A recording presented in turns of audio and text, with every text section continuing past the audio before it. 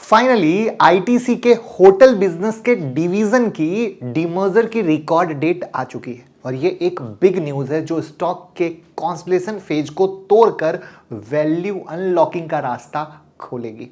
ये स्टॉक और बिजनेस दोनों ही प्रोस्पेक्टिव से बहुत बेहतरीन है, लेकिन एक ट्विस्ट है।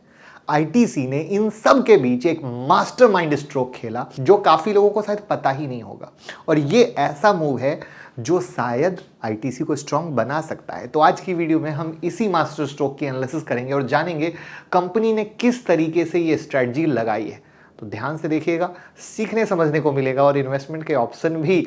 तो चलिए शुरू करते हैं, लेकिन चैनल को सब्सक्राइब के साथ घंटी बजा लीजिएगा, तो वीडियो पे घंटी बजेगी। क्यों? अपलोड होगा तो देख रहे हैं, आईपीओ की सारी न्यूज आपके सामने है।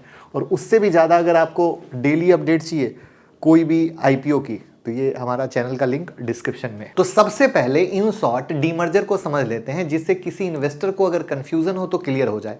दो इंफॉर्मेशन सबसे इंपॉर्टेंट है। पहला है रिकॉर्ड डेट जो 6 जनवरी 2025 का सेट हुआ है। दूसरा, एलिजिबिलिटी के बाद आईटीसी के हर 10 शेयर पर आपको आईटीसी होटल का 1 शेयर मिलेगा। तो सबसे बेसिक और इंपॉर्टेंट पॉइंट है, ठीक है।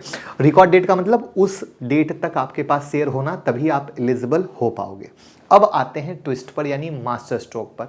होटल बिजनेस को डीमर्ज करते ही कंपनी ने 2 होटल स्टॉक में स्टेक ले लिया है, जिसमें से एक तो पेनी स्टॉक है भाई, मतलब होटल सेगमेंट अलग किया, लेकिन डीमर्जर की न्यूज के पीछे शांति से, चुपके से, हौले से होटल इंडस्ट्री के 2 स्टॉक में इन्वेस्ट कर डाला। तो कमेंट में जल्दी से बताइए आपको नाम पता है या नहीं है। तो यहां पर कंपनी का नाम भी बताएंगे।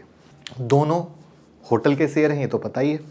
तो दोनों कंपनी की एनालिसिस करेंगे, लेकिन पहले क्विकली देखते हैं कि इस डीमर्जर के बाद ओवरऑल होटल बिजनेस पे आईटीसी का क्या इंपैक्ट आएगा। तो पहले आईटीसी के होटल बिजनेस को समझते हैं।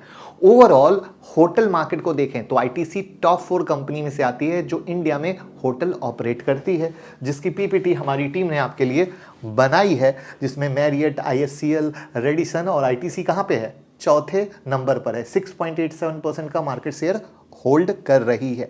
तो इसका मतलब क्या हो गया? लीडर हो गया, और डीमर्जर के बाद उनके लिए वैल्यू अनलॉकिंग होने वाली है क्योंकि 4th नंबर पे बैठी है। तो तब फाइनेंशियल कैसे आएंगे, खुल के दिखेंगे, और उसके बेसिस पर आप व्यू बना सकते हैं। तो ये था आईटीसी होटल के लिए। अब आईटीसी पे इंपैक्ट को समझते हैं, और इसके लिए पहले कंपनी के रेवेन्यू को तोड़ना पड़ेगा, ठीक है, जिससे होटल का कितना धंधा आता है वो क्लियर हो जाएगा। तो यहां पर अगर हमने इसकी बिजनेस को तोड़ा है तो एफएमसीजी से 36.54, सिगरेट से 24.92। अब आप देख रहे हो ये अपने एफएमसीजी के बिजनेस को कितना बड़ा बनाते जा रहे हैं। अगर कोई पुराना आदमी होगा मार्केट में 5 साल 10 साल, तो उनको पता होगा इनका सिगरेट का बिजनेस पहले ज़्यादा था, बट एफएमसीजी को अब बड़ा कर रहे हैं। और होटल बिजनेस है 3.25, यानी होटल काफ़ी कम है, और वहीं पर एग्री 25.84 का है, और पेपर बोर्ड का बिजनेस 9.45% का है। तो इससे तो आपको ये क्लियर हो गया कि डीमर्जर होने से कंपनी के फाइनेंशियल पे ज्यादा असर नहीं पड़ने वाला, इसीलिए 10 पर 1 शेयर देकर निपटा रहे हैं कि भैया मेरा हिस्सा ही 3.25% का, तो मैं ज्यादा तुम्हें क्यों दूं, ठीक है। लेकिन कंपनी फिर भी होटल कंपनी में इन्वेस्ट की है ताकि वहां से रेवेन्यू जनरेट कर सके। तो सीधा अब उन 2 कंपनियों पर आते हैं जहां पर इन्होंने लगाया है चौका, ठीक है। तो अब वो 2 कंपनी में एक कंपनी है एचएलवी लिमिटेड और दूसरा है ईआईएच लिमिटेड। तो ये तो धंधे को समझ लिया। अब कौन पेनी स्टॉक है, चार्ट से देख लीजिए। जो एचएलवी लिमिटेड है वो 18 रुपए के करीब का शेयर है, और जो ईआईएच लिमिटेड है वो 410 रुपए का शेयर है। इसी से आप समझ जाइए कि कहानी क्या है। और वहां पर अगर मंथली चार्ट पे आएंगे तो आप पाएंगे कि भैया ये बीच में जो मार्केट की तेजी हुई थी उसके बाद गिरा है, और उससे पहले शेयर 80 रुपए के पास भी गया था, बट वो वक्त बहुत पुराना है, 2006-07 के करीब का, ठीक है। बट इसमें प्राइस एक्शन बहुत इंपॉर्टेंट आता है, प्राइस एक्शन ट्रेडिंग के लिए। तो वो ट्रेडिंग में बहुत मेगा धमाका 25 दिसंबर का स्मार्ट मनी क्लास, क्रिसमस में डिस्काउंट ऑफर भी मिल रहा है, और अगर आप ये क्लास ज्वाइन करते हैं तो अदर कुछ क्लास बेनिफिट के तौर पे फ्री में दिए जा रहे हैं। कॉल कीजिए, जिससे इंट्राडे स्विंग पोजिशनल तो बिंदास कर ही पाएंगे, साथ में आपको मेंटरशिप भी मिलेगी, इलीट क्लब भी मिलेगा, रिवीजन भी मिलेगा, अनलिमिटेड बेनिफिट है, और सीखेंगे तभी कमाएंगे। तो 9708094321 पे कॉल करके सीट बुक कर लीजिए, क्योंकि ऑफर लिमिटेड पीरियड के लिए। 1 बाय 1 दोनों को समझने की कोशिश करते हैं। तो बिजनेस में आ जाए तो engage in the business of owning, operating and managing hotel, palaces और रिजॉर्ट। और EIH में बात करें तो सेम कहानी है, बट ये प्रीमियम लग्जरी होटल और क्रूज में डील कर रहे हैं। अब इनके होटल कौन से हैं? तो the Leela with 394 guest room इसके अंदर आता है। और क्या आपको पता है, द लीला बहुत जल्दी 2025 में लिस्ट होने वाली है। ये भी अपना IPO लाने वाले हैं। अगर इसमें इन्वेस्टमेंट हो रही है यानी वैल्यू बढ़ रही है, और IPO के समय में इसकी वैल्यूएशन और बढ़ेगी, क्योंकि कोई भी आदमी IPO लाता ही किस लिए? वैल्यूएशन को छज्जे पर ले जाने के लिए। तो इन्होंने जो अभी इन्वेस्ट किया वो आगे अनदर लेवल पर इनको फायदा करेगा। क्यों? क्योंकि द लीला भी लिस्ट होने वाली है। अब यहां पर बात करते हैं इनके जो लग्जरी हैं, ओबराय और ट्राइडेंट जैसे नाम है। अब इन दोनों के रेवेन्यू पे देखें तो 25,634 करोड़ का मार्केट कैप और इनका 1222 करोड़ का है। पी के आधार पर HLV महंगा है, और इंडस्ट्री पी के आधार पर तो डेफिनेटली HLV महंगा है ही है। अगर आप ROC ROE पे देखोगे तो कहोगे EIH बहुत अच्छा है, लेकिन इनका बहुत ही ज्यादा पुअर है। डेट टू इक्विटी के हिसाब से भी EIH बढ़िया है, और प्राइस टू बुक वैल्यू पर 6.26 EIH महंगा। बट ओवरऑल अगर फाइनेंशियल देखें तो EIH के बेहतर हैं। अब हम देखते हैं ईयर ऑन ईयर ग्रोथ के, तो नेट प्रॉफिट आप देखो loss loss loss loss loss loss loss. March 2023 में पहली बार प्रॉफिट में आया, और मार्च 2024 में सीधा 3 गुना प्रॉफिट पर ले गए। और ऑपरेटिंग मार्जिन परसेंटेज भी जो निगेटिव में था फाइनली पॉजिटिव में आके बैठा है।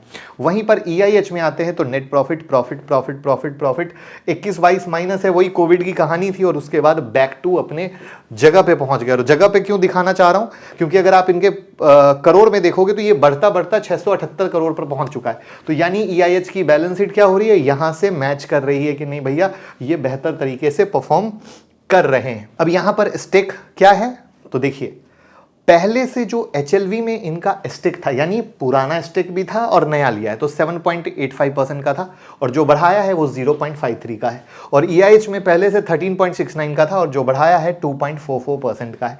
यानी भैया ये अपने धंधे को समझते हैं, और धंधे को समझते हुए स्टेक बढ़ाया है। ये बात इसलिए बोला कि बहुत सारे लोग अपने धंधे में मास्टर होते हैं, जैसे कोई डॉक्टर्स हैं, कोई ऑटोमोबाइल्स का काम करते हैं, बट उनसे कहो कि आप अपने धंधे को समझते हो, आप उसमें इन्वेस्ट क्यों नहीं कर रहे, तो वो उसमें कभी नहीं करते। उनको अपना धंधा समझ में नहीं आता है, जो कि मुझे लगता है एक बिगेस्ट मिस्टेक है। आप में से जो भी लोग जिस धंधे में मास्टर हो ना बॉस, उस कंपनी के शेयर को अच्छे से समझने की कोशिश करो। वो आपके लिए समझना आसान होगा, और वहां पर पैसे लगाकर पैसा कमाना ज्यादा आसान होगा, क्योंकि उसके फंडामेंटल को समझने के लिए फंडामेंटल ज्ञान की नहीं, देसी ज्ञान की जरूरत पड़ेगी। ठीक है, और वो देसी ज्ञान आपको अच्छे स्टॉक सिलेक्शन करने में हेल्प करेगा। तो दिस इज द पॉइंट जहां पर इन्होंने अपना मास्टर स्ट्रोक खेला और अपने धंधे को समझते हुए स्टेक को बढ़ाया है। क्योंकि आपने जितने भी आर्टिकल पढ़े हो, जितनी भी चीजें पढ़ी हो, आपके पास एक ही डेटा है, भैया इंडिया का टूरिज्म बढ़ रहा है, हॉस्पिटलिटी सेक्टर बढ़ रहा है, और ये आने वाले 5 साल में बूम करने वाला है।